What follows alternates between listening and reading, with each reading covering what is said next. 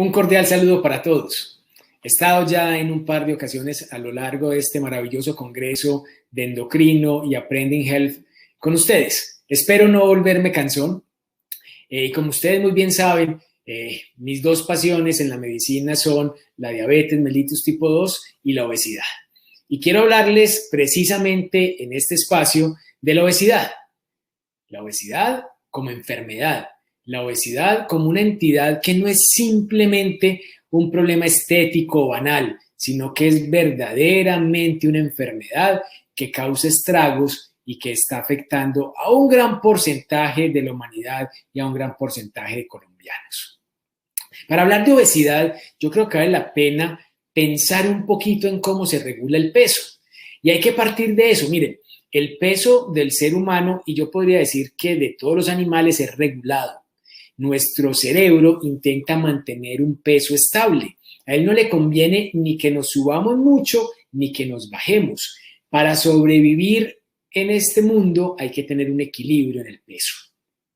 Para eso, el cerebro integra un montón de señales periféricas y a su vez, después de que él analiza todo esto, genera otras señales neuronales para mantener el equilibrio. ¿El equilibrio en torno a qué? A un peso que es genéticamente determinado.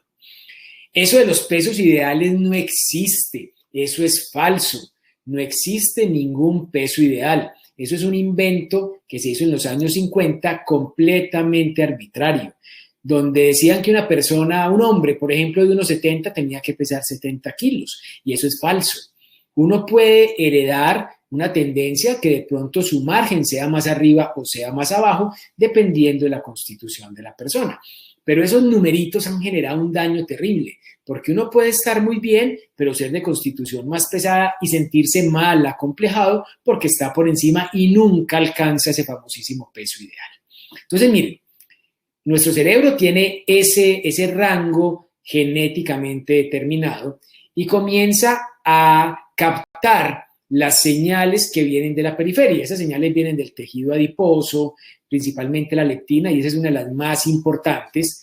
También del estómago, la grelina, que la grelina es, digamos, una sustancia que cuando el estómago está vacío, va y le dice al cerebro, oiga, ya me vacié, deme comida. Está el páncreas con la insulina y está el intestino con una serie de sustancias donde se resalta el péptido similar al glucagón tipo 1 o GLP-1. Todas ellas van al cerebro, específicamente en el hipotálamo, y allí el hipotálamo las sensa y lo que hace es mandar otras señales que van a hacer que nuestro organismo o busque comida, que le dé hambre y que frene el gasto energético, o al revés, que aumente el gasto energético y que se sienta satisfecho. De esta manera se regula el peso. Cuando vamos hacia el hipotálamo, de una forma un poco más profunda, vemos que hay dos vías principales que se activan. Una, la ven allí en color naranja, es una vía anorexigénica, o sea, quita el hambre, que son las neuronas del POMC, o propiomelanocortina. Cuando se activan estas neuronas en el hipotálamo, hay disminución del apetito y hay un incremento del gasto energético, que conocemos como metabolismo. ¿Cuándo se activan estas neuronas? Cuando nuestro cerebro detecta que tenemos buena fuente energética, cuando nos estamos engordando. Y por otro lado, tenemos una vía orexigénica, o sea, que da hambre, que son las neuronas del neuropéptido y del péptido relacionado con el agouti. Estas, cuando se activan, incrementan el apetito y disminuyen el gasto energético. Digamos que lo que hemos hablado hasta acá es una regulación del apetito y de la ingesta y del gasto energético de supervivencia. Pero hay otro sistema que también participa en la regulación del apetito y es el sistema mesolímbico de la recompensa. Ese sistema mesolímbico lo que tiene allí son unos centros que modulan la motivación, la gratificación, el deseo, el placer y el reforzamiento positivo.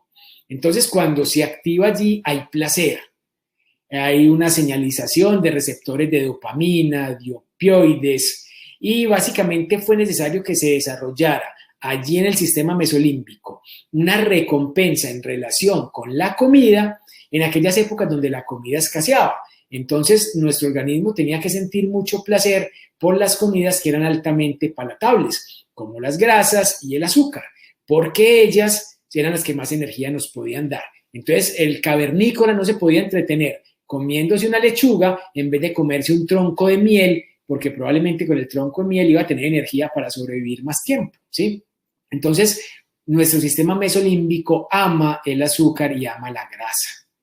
Es de tal magnitud esto que es capaz de dominar el otro sistema y lastimosamente hace que se genere ciertas dependencias y digamos que adicciones a este tipo de comida. Cuando se activa el sistema mesolímbico es capaz de bloquear el sistema hipotalámico. Entonces uno puede comer unos frijoles y quedar lleno, a punto de reventar, y la mamá le dice a uno que repita y uno le dice a la mamá que no, que ya está muy lleno, y le dicen, ve, pero mira, tengo este arequipe, y uno dice, venga para acá, ¿cierto? Aunque estemos llenos, somos capaces, por efecto del sistema mesolímbico, de comer más. Entonces, así funciona este sistema. En el centro, en el lado izquierdo con la A, vemos cómo se regula todo. Siempre se busca un balance energético neutro. Y nuestro cerebro integra todo en ese target que yo les decía. En el punto B, y lo voy a señalar acá con el puntero láser, digamos que la señal se está engordando la persona. Miren ustedes acá, el adipocito está más grande. La señal entonces de la leptina es ir al cerebro. Y digamos que el objetivo es estar acá, pero la señal está más arriba. Eso significa que estamos gorditos. Esta discrepancia positiva hace que el cerebro entonces dé señales a través del POMC que disminuye la ingesta y aumenta el gasto. Entonces come menos, gasta más y se recompone el balance energético. Caso contrario, en el punto C, estamos muy flaquitos, hay poca grasa. La señal entonces de leptina es bajita y el target era acá arriba.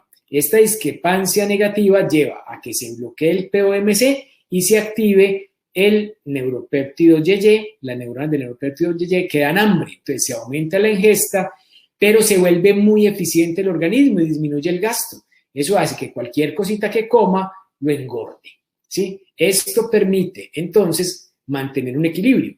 Ustedes me dirán, eso es mentiras, porque si eso fuera verdad no nos engordaríamos. Y la verdad es que eso siempre fue una pregunta bien importante, que se resolvió gracias a este señor, que es Michael Schwartz. Él y obviamente su equipo de investigadores resolvió el por qué hoy en día está dañado ese sistema de equilibrio que veíamos en las diapositivas anteriores. Él lo que hizo fue comenzar a estudiar ratoncitos y a esos ratoncitos les daba una dieta normal, conocida como dieta Shaw, y a otros ratoncitos les daba una dieta muy rica en grasas y en carbohidratos. Posteriormente sacrificaba a los ratoncitos y les evaluaba el hipotálamo. Recuerden que allí es donde están las neuronas que nos interesan en el control. ¿Qué encontraba él? Midió sustancias inflamatorias y en los que se alimentaron con la dieta Chow no había elevación de las sustancias inflamatorias.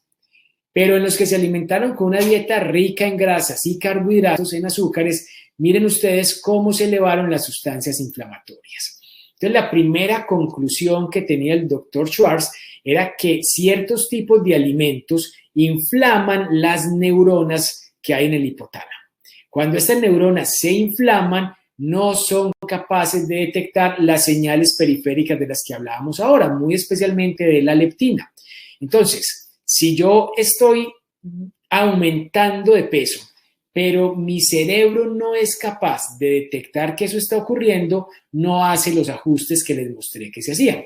Ustedes pueden observar acá las imágenes de las neuronas hipotalámicas del ratoncito delgado con dieta Chow y lo ven normales. Ahora miren acá en el lado derecho que les estoy señalando con el puntero, esos ratoncitos que comían una dieta rica en grasas y carbohidratos completamente inflamados. Para acabar de ajustar, lo que él demostró es que si esa dieta se volvía crónica, ya no solamente había inflamación, sino muerte de neuronas. Entonces, si a mí se me mueren las neuronas del hipotálamo que regulan mi peso, que detectan la leptina que me dice que estoy gordito, mi cerebro nunca se da cuenta que me estoy engordando. y no me va a ayudar y va a seguir generando que yo me engorde. Si las neuronas, si yo sigo comiendo mal, porque es que realmente esto es la comida occidental, grasas y azúcares, si yo sigo comiendo mal, más neuronas se me van a morir. Y aunque esté muy gordo, mi cerebro lo que va a detectar es que estoy flaco, porque no es capaz de detectar, es como si se volviera miope. Y de ahí viene el por qué. Hoy en día hemos perdido la capacidad de controlar el peso. En resumen, la dieta puede causar daño en el cerebro. Homero comiéndose sus hamburguesas, sus donuts, sus paquetes, lo que hace es inflamar su cerebro, va dañando esas neuronas y el cerebro de Homero debe pensar que Homero es flaco, flaco, flaco y por eso nunca se incrementa su metabolismo y nunca se le quita el hambre. Y nunca se quita el hambre. Miren ustedes que el aumentar el peso dado por ese daño en el cerebro es un problema grande. Por eso hablamos de que la obesidad es una enfermedad. Hay un daño en el cerebro, ¿sí?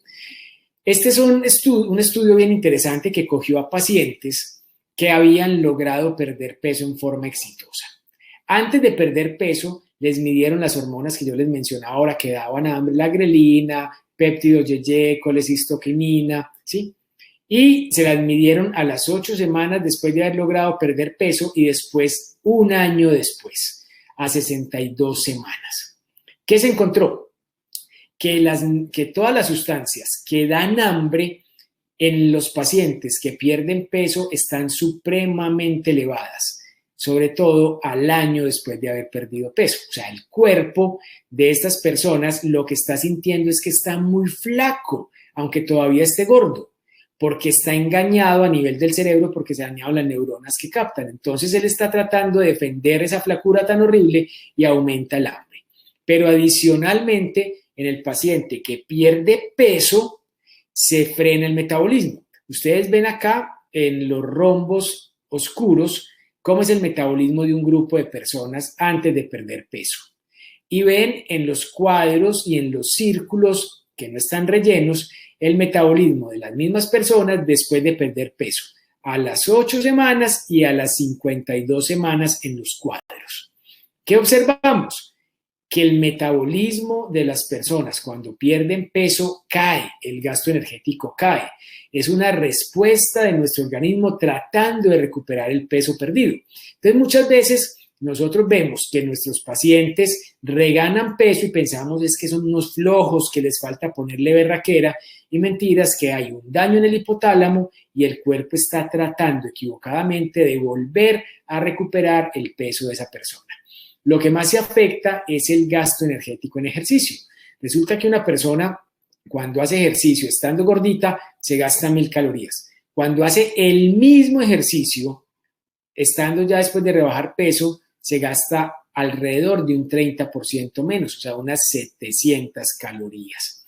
Entonces, fíjense ustedes cómo nuestro propio cuerpo conspira para hacernos reganar el peso perdido.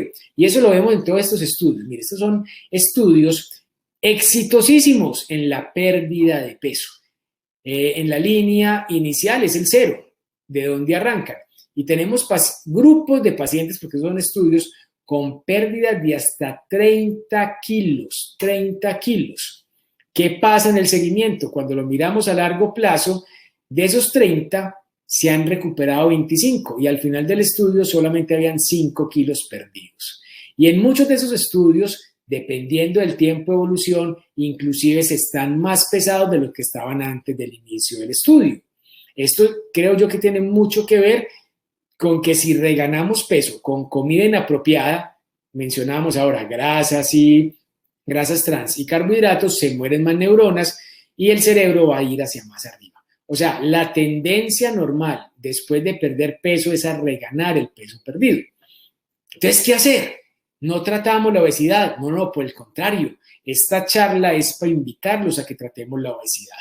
Pero hay que entender que la obesidad es una enfermedad crónica como la hipertensión, como la diabetes, y que requiere un tratamiento crónico, que se basa obviamente en una reducción inicialmente de la ingesta de alimentos y sobre todo de una limpieza en los alimentos que comemos. Si vemos que los alimentos ricos en grasas trans y ricos en carbohidratos dañan las neuronas. Para que eso se desinflame y para que evitar más daño, la persona el resto de la vida debe comer comida limpia de ese exceso de azúcares, de carbohidratos y de grasas trans, comida natural.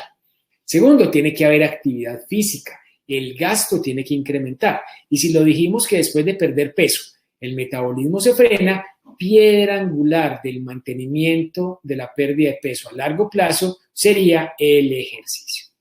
Tercero, si vamos generando dependencia por el sistema mesolímbico a esos alimentos altamente palatables, azúcares y grasas, que además son los que más daño nos hacen hoy en día, porque los azúcares y las grasas que tenemos hoy no son miel ni un pedazo de foca, sino que son paqueticos de papitas y son azúcares como tal, generamos dependencia, nos volvemos adictos. Y aquí la terapia conductual es fundamental.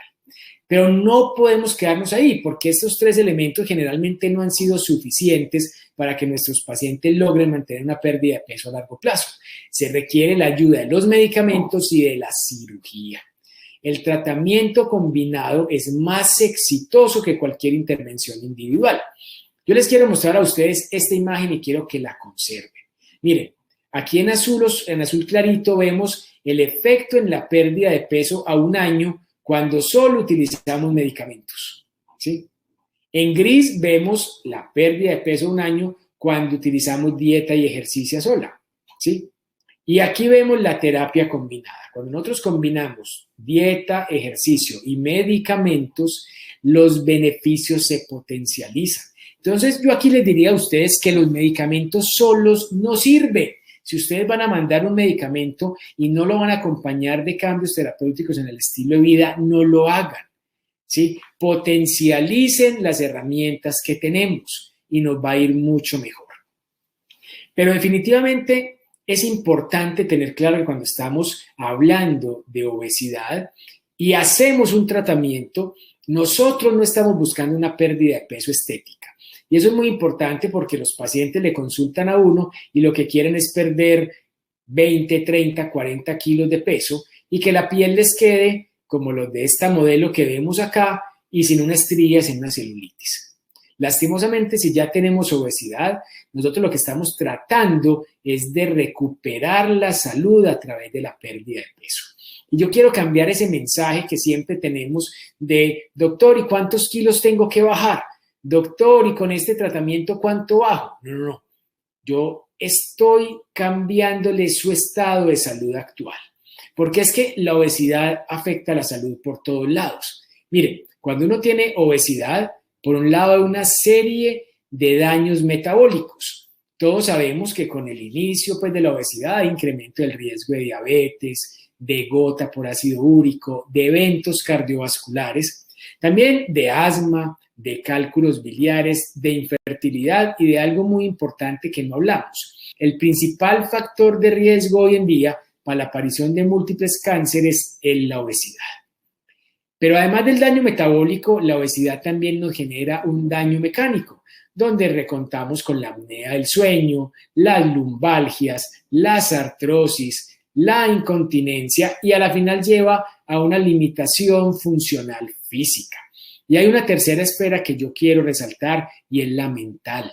Miren, esa imagen de que la persona con obesidad es feliz, ¿sí? No es tan cierta.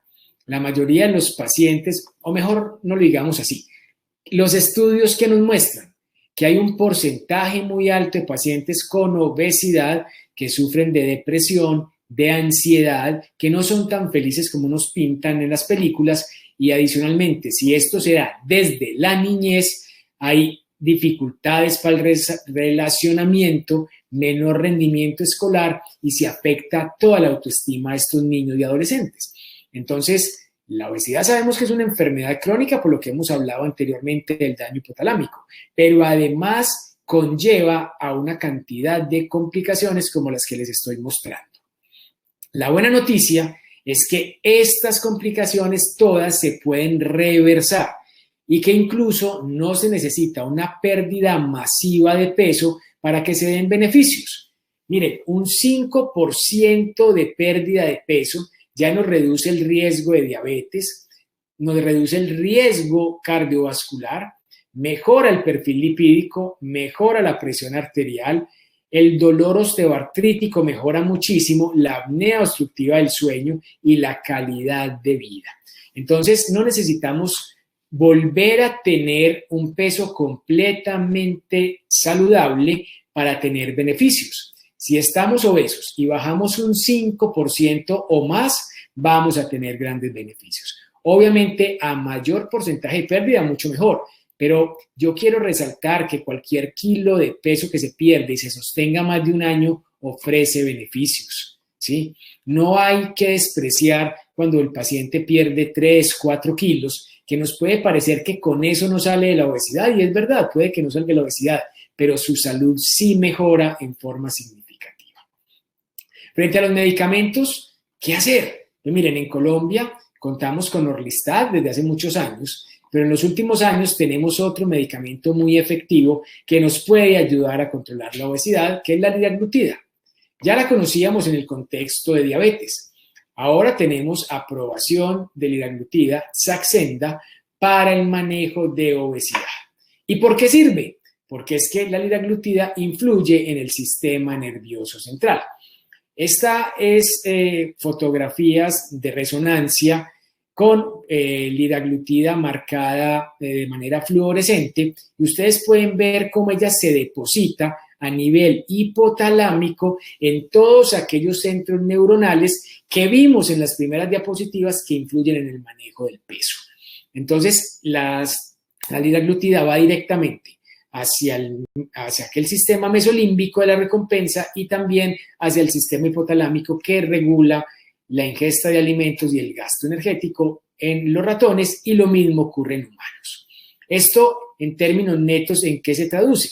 Que cuando utilizamos un agonista de GLP-1 como el liraglutida, los pacientes comen menos. Estos son estudios, digamos, de pacientes a los que simplemente se les dijo coman todo lo que quieran y se les medía cuánto comían en un buffet. Posteriormente, se les daba liraglutida y les decían lo mismo, coman todo lo que quieran, y comían mucho menos de lo que comían cuando no tenían liraglutida. Y algo importante, miren ustedes cómo disminuye la ingesta de dulces, lo vemos en el lado izquierdo, cuando estamos con liraglutida versus cuando no tenemos liraglutida. Lo que les mencionaba, en el sistema mesolímbico, entonces, disminuye esa adicción a los dulces. Esto nos permite irnos liberando de esa dependencia cuando utilizamos liraglutida. Y los que tienen entonces liraglutida prefieren comer comida real que comer esos dulces, muy por encima de lo que hacen los del grupo control. ¿Qué hace la liraglutida entonces que nos permite perder peso? Pues aumenta la saciedad, o sea, hace que nos llenemos más rápido, aumenta la plenitud, disminuye el hambre, o sea, estamos sintiéndonos llenos, disminuye el consumo prospectivo de alimentos y por ende disminuye el consumo energético. O sea, un paciente con liraglutida come menos, se llena más rápido y le vuelve a dar hambre de una manera mucho más tardía. Esto se demostró en estudios clínicos. En los estudios SCALE fueron los estudios que probaron el efecto de liraglutida 3 miligramos día en distintos escenarios para ver si esto servía o no en humanos. Y se hizo en distintos escenarios. Uno de pacientes con obesidad y pacientes con sobrepeso. Con obesidad y pacientes con prediabetes. Otro en pacientes que tenían apnea del sueño. Otro en pacientes que tenían diabetes y otro en pacientes que ya habían perdido peso con otros métodos y posteriormente se les daba liraglutida de 3 miligramos cada día. En todos, no me voy a detener específicamente en cada uno, en todos se logró pérdida de peso significativa por encima del grupo placebo. Vemos en azul oscuro los resultados con liraglutida 3 miligramos día y en gris el grupo placebo que estaba con dieta y ejercicio. No es que solo fuera placebo, era dieta, ejercicio más placebo. Estos eran dieta, ejercicio más liraglutida. Y en todos los escenarios, ustedes observan que hay una pérdida que va entre el 5.7 y el 8% de pérdida de peso corporal. Los pacientes que se aplicaban Saxenda perdieron peso en estos estudios y mantuvieron la pérdida. Miren ustedes cómo Saxenda más dieta y ejercicio lograba una pérdida de 9.2% del peso inicial. Una pérdida muy significativa y muy por encima de lo que se pierde solo con dieta y ejercicio. 1 de cada 3 pacientes logró perder más del 10% del peso corporal con Saxenda en un año. Mírenlo acá. Mientras que los pacientes con dieta de ejercicio, solo el 10% perdían más del 10% del peso corporal, esto subía a un 33% cuando utilizaban Saxenda. Miren ustedes acá cómo la pérdida de peso fue sostenible. Este es el estudio Scale de obesidad y prediabetes que se extendió a 3 años. Y a los 3 años, la pérdida de peso sostenible fue del 7.1%. ¿Sí? Los pacientes que lograban completar estos 3 años de tratamiento tenían un 7.1% de pérdida de peso a los 3 años versus 2.7% con el placebo. Este estudio es muy importante. ¿Por qué? Porque nos muestra que no es una pérdida de peso a corto plazo. O sea, los pacientes no perdieron peso y de inmediato lo reganaron, como vemos con muchos tratamientos, sino que se lograron mantener durante 3 años. Y lo otro muy importante de este estudio es que durante 3 años de tratamiento, recibiendo 3 miligramos al día de Saxenda, no se encontraron efectos adversos significativos distintos a los del tracto gastrointestinal que ya conocimos. O sea, que era muy tranquilizador saber que durante 3 años de tratamiento no aparecía ninguna cosa rara. Importante tener un predictor de éxito. A algunos pacientes no les va tan bien. Entonces, uno puede fijarse como meta la semana 16.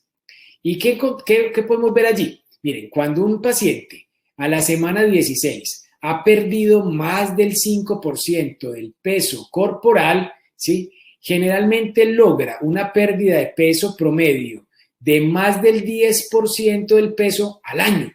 Entonces, uno lo que hace es a la semana 16 evaluar el progreso del paciente. Si lleva más del 5% de pérdida de peso, uno puede decir que es buen respondedor y debemos seguir con el tratamiento. Pero si el paciente a la semana 16 no ha perdido peso, no ha llegado a ese 5%, probablemente no le va a ir bien. Y como responsabilidad frente al paciente y frente al sistema, ese paciente es mejor recomendarle que no siga con el tratamiento, ¿sí? La pérdida de peso en estos pacientes es sostenida. Me parece muy importante ver cómo en 3 años, ¿sí? O sea, un tratamiento largo, 1 de cada 4 pacientes, o sea, casi un 25% de los pacientes, tenía más de un 10% de pérdida de peso. O sea, una pérdida de peso significativa y mantenida a largo plazo.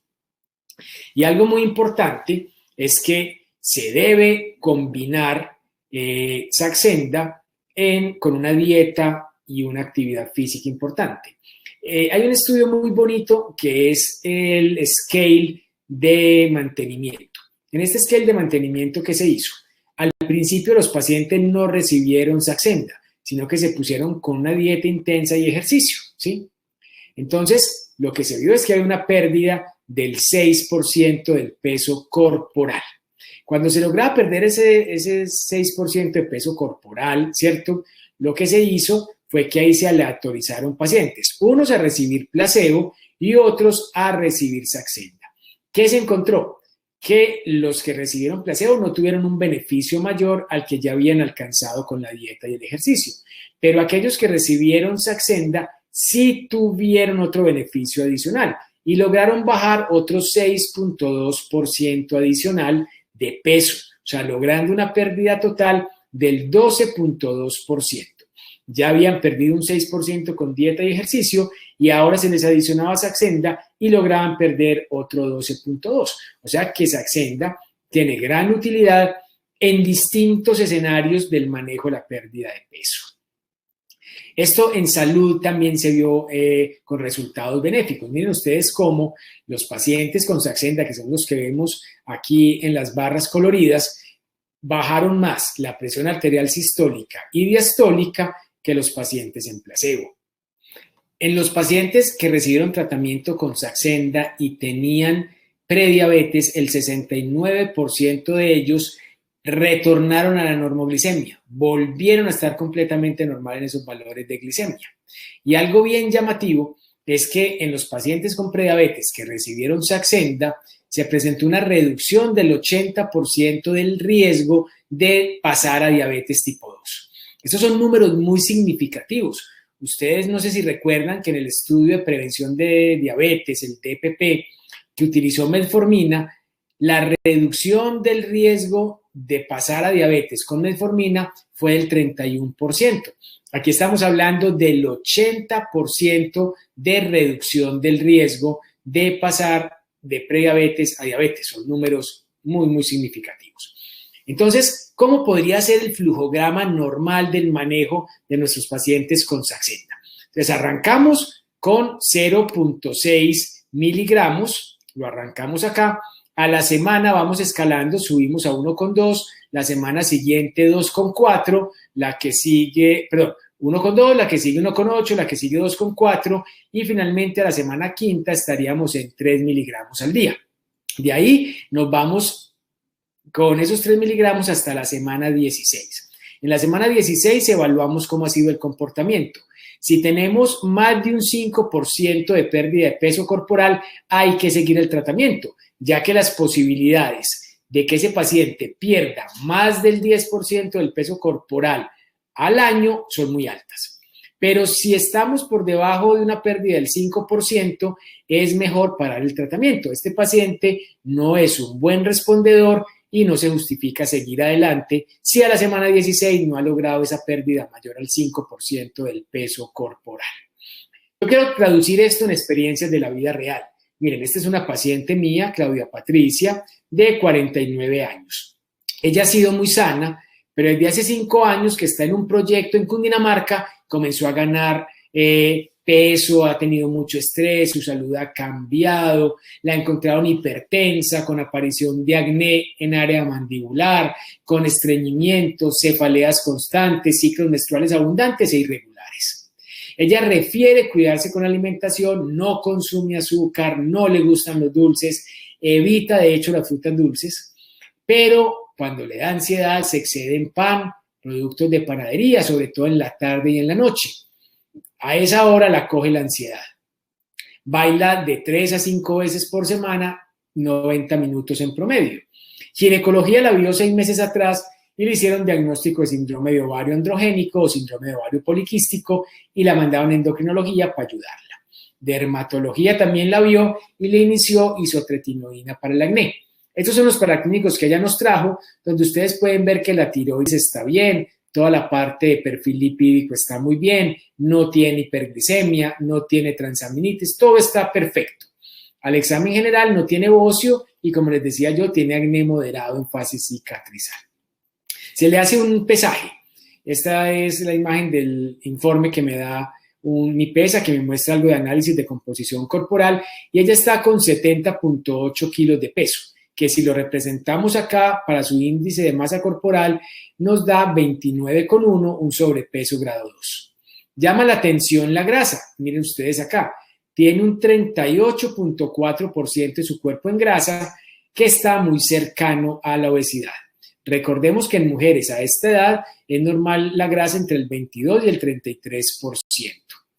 Cuando vamos acá, ¿cómo nos clasifica frente a su composición corporal esta paciente? Entonces, por grasa, que está representado en la fase horizontal, tiene obesidad y ella no es una mujer flacuchenta, no nació para ser flaca. Miren que tiene una constitución que tiende a ser fuerte, que tiende a ser pesada. Entonces, con esta paciente se discute la importancia de perder peso y le explicamos que parte de las complicaciones de la obesidad se manifiestan en ella, en la hipertensión arterial y en el síndrome de ovario poliquístico. Ella es partícipe de la necesidad de mejorar su condición actual y dice que se siente cansada y con dolores en los pies por el exceso de peso. Ella reconoce que su problema es la ansiedad en la tarde y en la noche y sabe que debe modificar eso, pero no es capaz. no es capaz de controlar sus impulsos a esa hora. Nosotros manejamos todo esto en un equipo interdisciplinario con psicología, y psicología entonces comienza unas técnicas de manejo del estrés, porque su ansiedad pues en la tarde parece ser por la carga laboral.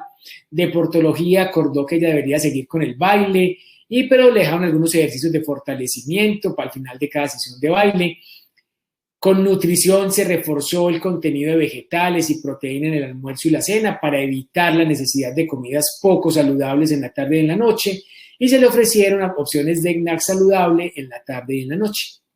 Y se propuso iniciar Saxenda 0.6 miligramos cada día y cada semana ir titulando con incrementos de 0.6 hasta llegar a los 3 miligramos cada día la quinta semana. En la revisión ella se siente bien, con buena energía, durmiendo bien.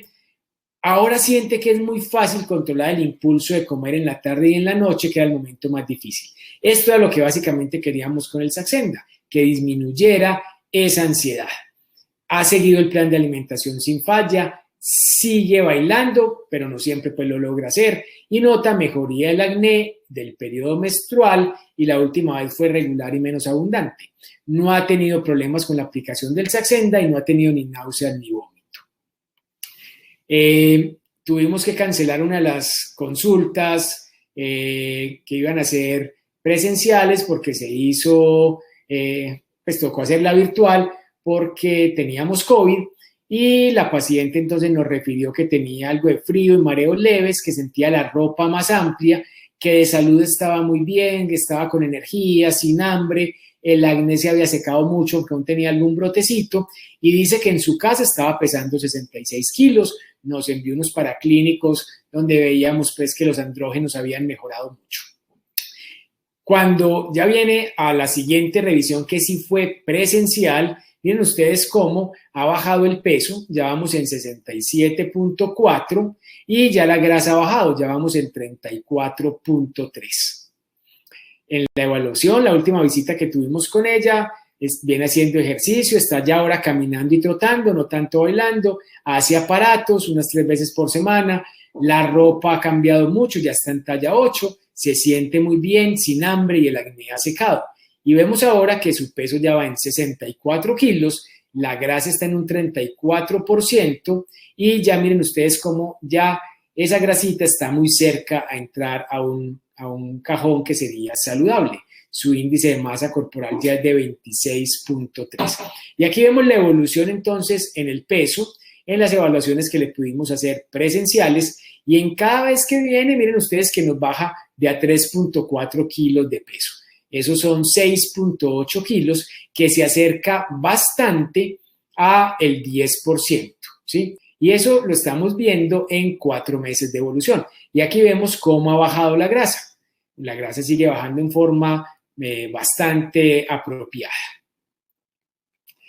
Los eventos adversos más comunes cuando utilizamos Saxenda son los del tracto gastrointestinal, que se dan sobre todo al principio, y aunque nuestra paciente no los presentó, yo creo que vale la pena que hablemos de esto, ¿sí?